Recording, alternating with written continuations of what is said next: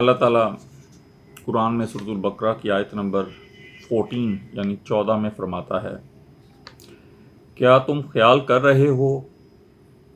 کہ یوں ہی داخل ہو جاؤ گے جنت میں،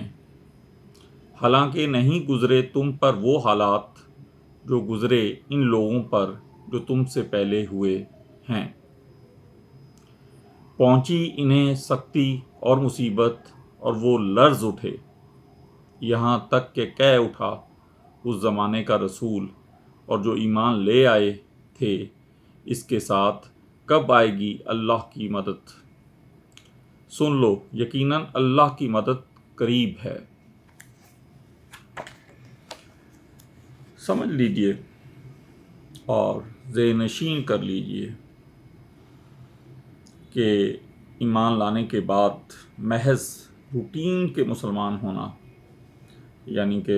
روزہ رکھنا، نماز پڑھنی اور روٹین کی لائف گزارنا، آپ کا جنت میں جانے کا سبب ہرگز نہیں بنے گا۔ جب تک آپ پر سختیاں آنے کے بعد مشکلات میں آپ کو ڈال کر آپ کا ایمان دیکھ نہ لیا جائے، یعنی روٹین کی لائف بینگ مسلمان گزار کر آپ جنت میں ہرگز نہیں جا سکتے،